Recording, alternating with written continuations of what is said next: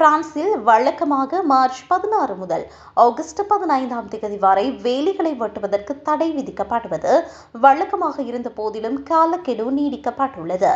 ஐரோப்பிய விதிமுறைகளுக்கு அமைய பல்லுயிர் பெருக்கத்தை பாதுகாக்கவும் பறவைகளின் கூடுகளை பராமரிக்கவும் இந்த நடைமுறை பின்பற்றப்படுகிறது. குறிப்பாக விவசாய நிலங்கள் மற்றும் பொது நிலங்களில் உள்ள வேலிகளை வெட்ட விவசாயிகளுக்கும் ஏனைய தொழில்முறை பணியாளர்களுக்கும் இந்த காலத்தில் அனுமதி கிடையாது. எனினும் இந்த ஆண்டு பிரான்சின் பல பகுதிகளில் பெய்த கடும் குளிர்கால மழையினால் பல இடங்கள் வெள்ளக்காடாக மாறின. நிலங்களில் நீர் தேங்கியதால் விவசாயிகளால் தங்களது வாகனங்கள் அல்லது கருவிகளுடன் வேலிகளை அணுக முடியாமல் போனது.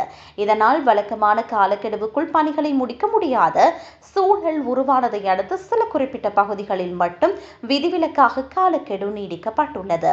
இதன்படி அர்தேஸ், பினிஸ்தேர் மற்றும் டோர்டோயின் போன்ற பகுதிகளில் ஏப்ரல் 1 வரையிலும், சுற்றியுள்ள பகுதிகளில் ஏப்ரல் 15 வரையிலும் காலக்கெடு நீட்டிக்கப்பட்டுள்ளது. அதேபோல ஓத்கஹோன் 31வது பிராந்தியத்தில் தகுந்த காரணங்களை சமர்ப்பிக்கும் விவசாயிகளுக்கு ஏப்ரல் 15 வரை அவகாசம் வழங்கப்பட்டுள்ளது.